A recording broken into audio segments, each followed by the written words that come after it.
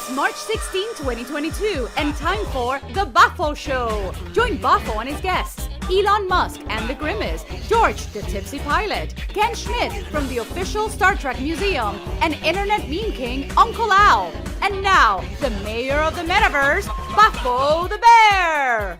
And now it's time for more news from the Metaverse. There are an infinite amount of reasons why I enjoy the Metaverse. It's compassionate, it's hilarious, doesn't smell bad.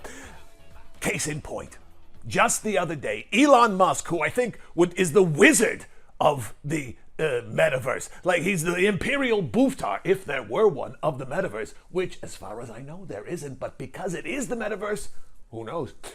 He tweets, "Hey, I will eat a Happy Meal on TV if you'll start accepting Dogecoins at your millions of McDonald's restaurants all over the world." Not to be outdone in hilarity, because we all know McDonald's is hilarious, they tweet this: "Sure, as soon as Tesla starts accepting Grimace Coin." Now the joke is, there is no Grimace Coin. Doesn't exist. McDonald's is laughing, ha ha ha. 6 hours later, somebody, somewhere in the world, mints an actual Grimace Coin. Not with McDonald's permission, but they do it because why?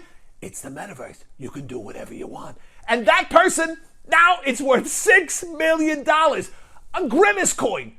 A coin, he's a purple pimple. And he made somebody $6 million just by minting a Grimace Coin. That is what I love about the Metaverse. It's unpredictable, it's juicy and delicious. What is the Metaverse? I don't know. News from the Metaverse. Smell that? That's my cologne. Ironically, it's called bear spray. And believe me, you don't want to reach for the wrong thing. I sell bear spray on QVC on Sunday mornings at 6 for people that want to smell like a bear. It's a cologne, it's an aftershave, it's filled with pheromones. I'll tell you what, I give myself a couple of sprays of this and I go to Whole Foods, I got girls hanging all over me. It's good to be me, Boffo the Bear. All right, see you kids. Stay in school, don't do drugs. That way there's more for us. All right, that's irresponsible. I don't in any way condone the use of drugs, especially with kids. Kids should stay in school because if you don't pay attention in school, you're going to end up doing stuff like this when you're a grown-up.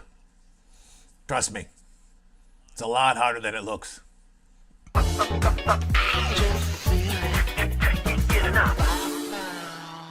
Hey, George, how you doing? Good to see you. Let me ask you. You look really familiar, George. What celebrity do people say you look like? Tom Brady. Tom Brady. Yeah, I could see that. Let me see your Tom Brady pose. Excellent. Yeah, I see it. Did you play football as a younger man? Yes. What position? Cheerleader? Receiver. Receiver. Okay, you got to think about that one for a second, George. I like to fly airplanes. You're a pilot? Southwest Airlines. Are you drunk right now, George? Yes. You're a pilot for Southwest? When was the last time you flew? 5 years ago. That's my favorite airline, Southwest. I'm not BSing you. I do. I love Southwest Airlines. You know what I would love, George? Give me one of those pilot announcements to prove that you're a pilot. Let me hear a special announcement. Let's say you're landing in LAX. What would you say? Ladies and gentlemen, this is your pilot speaking. We will be landing at LAX in the next 5 minutes. Congratulations, we're going to be landing. Welcome aboard. Well, they would have been aboard for a long time. No, right? If you're just welcoming them on board as you're landing. That's a joke. Oh, it's a pilot joke. Okay. Okay. Is that again? Yeah, sure. Why not? So we're landing in 5 minutes. Welcome to Los Angeles. That's excellent, George. That's excellent. Next week on the show, a lucky caller is going to win a fantastic trip to here.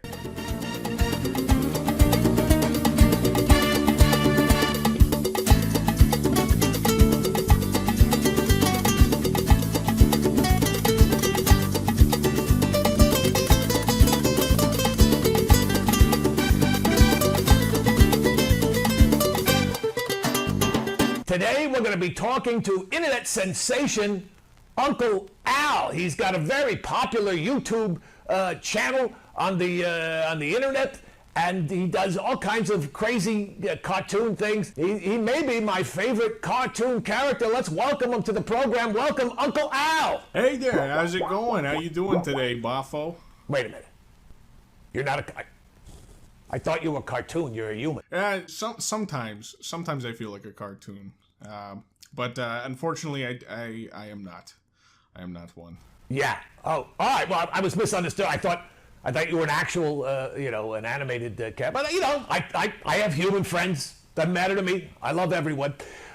So I've been enjoying your YouTube channel, the Uncle Al Show. You got over 140 videos. Yeah, it seems the overwhelming majority of the videos on your site are cartoon parodies. I do voice impressions of all the characters, and I do them all myself then. You love cartoons, or you're an incredibly twisted individual. That could be both. Kind of like you're surfing the cultural zeitgeist. Would you say that's a fair breakdown of kind of what you're doing with your channel? I think my sense of humor has been mangled by the internet, but that kind of seems to reach, the right people, I guess. Yeah, some of your videos have millions of views. You're obviously tapping into something that people are responding to, Al. I think I do some pretty decent voice impressions, and I think that reaches people's nostalgia. It kind of taps into that. This sounds like it's a full-time job, not just something that you're doing in your basement while you're smoking dope while your parents are out. When it comes to making these videos and the kinds of content and things that I do, it's really hard to come up with something that's just like, okay, this is going to be the next big thing. This is going to be the thing that's going to blow up and get millions of views. It kind of just happens. It's sort of spontaneous. It's that weirdness and that creativity that I think reaches people. I always aim to try to make my videos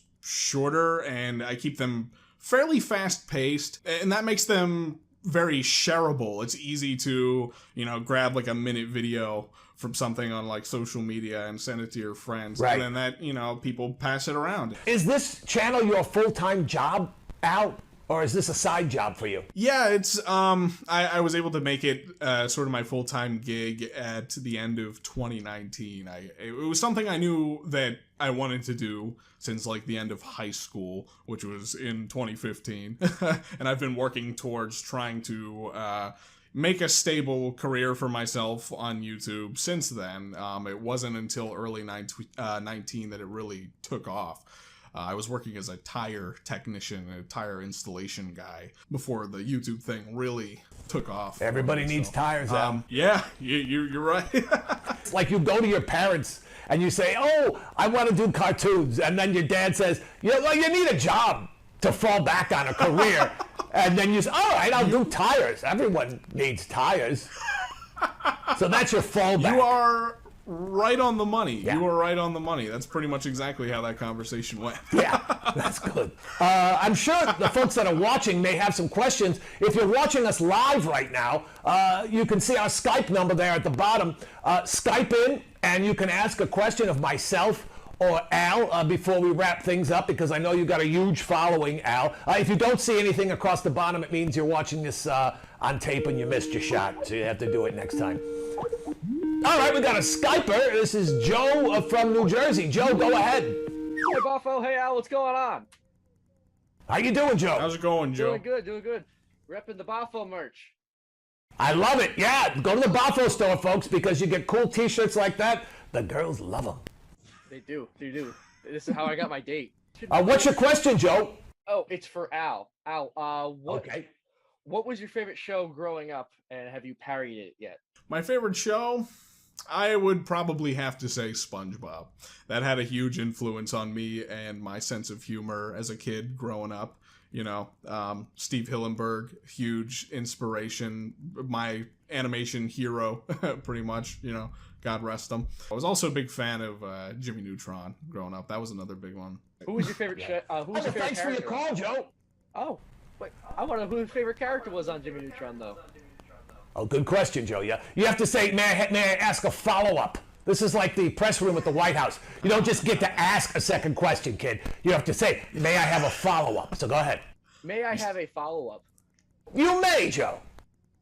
Al, what was your favorite character on Jimmy Neutron? I would have to say, there's a lot of great characters on Jimmy Neutron, but, like, I don't think that there's any character more, lovable and huggable and funerific, memerific than Hugh Neutron. He is hysterical. I will live! Yeah, I always thought it was very funny that the dad on the Jimmy Neutron, the kid was a genius, and the dad, he's an idiot. I mean, he's a bumbling fool. Well, your hip bone's connected to your bone next to it. That bone's connected to the, Jimmy, what's the bone in your knee? very stark contrast there. Yeah, it makes you wonder about, was Mrs. Neutron, mailman, FedEx guy, pool boy, tennis instructor? You don't know what these characters do when they're not on screen. She could be, I'm not going to cast aspersions against the woman, but clearly there doesn't seem to be a direct DNA connection between the genius kid and the nabob father. He actually seems kind of dumb, quite frankly. Well, thanks for your call, Joe. I appreciate it. Glad to have you. Glad to be here. I'm just so excited. I can't even speak. I can tell that, Joe. We'll work on it, and maybe someday you'll be able to come out of your bedroom. Thanks for calling. Anytime. We got time for a few more calls. H from Arville. Go ahead. Yes, I was watching your program, and frankly, I take exception to what you said about me. Yeah, this is Hugh Neutron calling, by the way, and I am not an idiot. No, Hugh. No, we wouldn't say that. Well, I heard that blue thing say that I was a fool. My wife was sleeping around Retroville, and frankly, I don't think that's true. Who doesn't get around a little bit? You know what I mean? You can't jump her case too hard about that. Yeah, well, somebody did. Listen, I've been looking at your channel, and I see that you've made all these several videos with me, and they're very strange. How do you come up with them? It usually starts with me finding a voice. I'll find a voice, and I'll go ahead and do a little bit of improv and joke around, and eventually I'll find a... Wait a minute. Are you for a script? Is that supposed to be my voice? Your voice? I think so. Well, you're definitely not me, because I'm looking in a mirror right now, and I'm me. Well... Oh, I know. Let me ask you, what's your favorite pie? Favorite pie? Can't beat a nice homemade blueberry pie. Ooh, that's mine too. Yeah, all right then. What's your favorite kind of duck? Duck? What other choice is there than the mallard? Maybe you are me. All right, well... Yeah, nice talking to you, Al. Bye-bye. Nice talking to you too, Hugh. Have a good one. Yeah. Well, that was, talk about meta. That was meta world peace right there. That was weird. You often get subjects of your videos calling into you to upbraid you. I can't say I do. This is probably the first time. I don't know. Well, clearly, Al, your work and your creativity and your lunacy is having a very positive effect on people and your fans and your followers. I really appreciate you taking the time to visit with me here and let us all get to know a little bit more about you. I wish you all the best in the future. You got any last words for all the people that are hanging on every syllable of yours?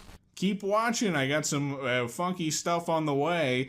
Be sure to subscribe to me and to Boffo the Bear. Get more awesome Boffo content. I'm just going to go ahead and plug you right there on your own video. I love getting plugged, let me tell you. Al, thank you. Thank you so much for your time. Thanks, everybody, for watching. Kent Schmidt has built a life-size, fully operational Star Trek set. Not just any old Star. These aren't the rocks where the big green guy beat the crap out of William Shatner. This isn't Uhura's dressing room. No, this is the bridge of the original USS Enterprise, whose bold mission has been 5 years. You know the mission. You built a functioning set in your basement? Where did you do that? No, and why? we actually started out, it's not just me, first off, it's a whole group of people, but we were making Star Trek fan films. We built exact replicas of all the standing sets from 1968. Right. Bridge, transporter room, right. Medical bay, Was corridor. it a functioning transporter? Well, you can move the sliders. No, but did it actually transport humans in time and space? We haven't successfully finished that yet. They keep arriving inside out. All right, but you know what? At least you try. That's the lesson to learn, kids. We need volunteers. If at first you if anyone wants disfigure to a human be test transported. subject, you keep trying. All right, so you built in a where? It's in a 13,000 square foot, used to be a convenience store. The owner, James Cawley, the man responsible for it all, I am not in charge, bought the location, let us build the sets there. There were some issues with Paramount and CBS. It became not doable to do fan films anymore, the way we were doing because them. it looked too much like the original because the sets were so good. They are very good. You're a victim of your own competence. So James, who has a very good relationship with Paramount and CBS, went to him and said, we have these wonderful sets, we'd rather not destroy them, what can we do? Right. They suggested a museum. So we pivoted. We are now a fully functional museum. You can come and visit 1968. So now, the transporter does work now? It's fully functional? No, we're still losing. But come on, Kent. You just said a fully functional, whatever you said. But the bridge viewer works. Nerd points times 1 million. You can sit in the captain's chair, watch an episode on the 80-inch bridge viewer. It is stunning. The Sulu scope. I hope I can pay for this service, right? Oh yeah. So I could go and sit in Captain Kirk's con and watch an episode of the original series on the thing? That's like going to space for real. Speaking of which, Mr. Shatner just went to space. I heard. Then he came to our sets and did some talks. He sits in the captain's chair, 30 people around him on the bridge, and we tell stories back and forth. It is the most amazing thing I have ever seen in my life. It's like nerd camp. Most kids would go away and sit around a fire and play songs and try and, hit on somebody. People gathering literally at the feet of Mr. William Shatner. You're a Trekkie, so you know everything about Trekkies. Shatner starts spitting stuff out. What was the biggest surprise you heard from Bill? May I call him Bill? Yeah. Call him Bill. It was, he's not the prima donna that people make him out to be. He's a normal, down-to-earth guy who he's Canadian. Let's not go crazy. Absolutely. Yeah. I live very close to Canada, up in upstate New York, so Canadians are not bad guys. You've seen them in person? Absolutely. They're very friendly. I thought they were apologize a lot. Yeah. Down here, they're like Bigfoots. You never see Canadians in Los Angeles. So we have all the standing sets, the corridor, the medical bay. Do you have any tribbles? We have tribbles. Yeah. We have tribbles for sale. You can take one home with you. No. Absolutely. Are these... And they move. So they're functional tribbles? Yep. So really, the only thing that's non-functional in this 13,000... Is the transporter. Is the transporter room. But they're working on it. Yep. You know Our what? Sulu scope rises up out of the console like the original. Look at his face. Tell me something else about it looking into the camera. Okay. You can visit Captain Kirk's quarters. You can see where all the magic happened. Look how happy he is. This is what I love about Comic-Cons. People with passions, clearly you're a fan. Absolutely. It's become your business, perhaps, a business, but you're a fan. And the joy and the excitement that all these shows and stories bring to people in their real daily lives. You look like you're 7 years old right now as you're talking about your Star Trek set. I chew off a stranger's leg to sit in the captain's chair and watch an episode. I think I would probably watch a 2-part episode because you get more for your money that way, We right? had some folks come and get married by Mr. Shatner. He performed the ceremony while they're standing there. Yeah, it was amazing. Talk about going where no man has gone before. Kent, thank you so much for coming. Say the name of your website one more time. Yep, it's StarTrekTour.com. Ken Schmidt, ladies and gentlemen. I'm Boffo the Bear, and we are live at Comic-Con LA 2021. All right, well, that is our show for you tonight. We'll be showing more of the interviews we did at Comic-Con later on this spring and summer. But for right now, I hope that satisfies your Comic-Con palate. And I hope you enjoyed the program. We'll be back next week with more live phone calls and more Skypes and more Cancun vacation giveaways. Until then, I'm Boffo the Bear coming to you as the mayor of the Metaverse. What is the Metaverse? I don't know.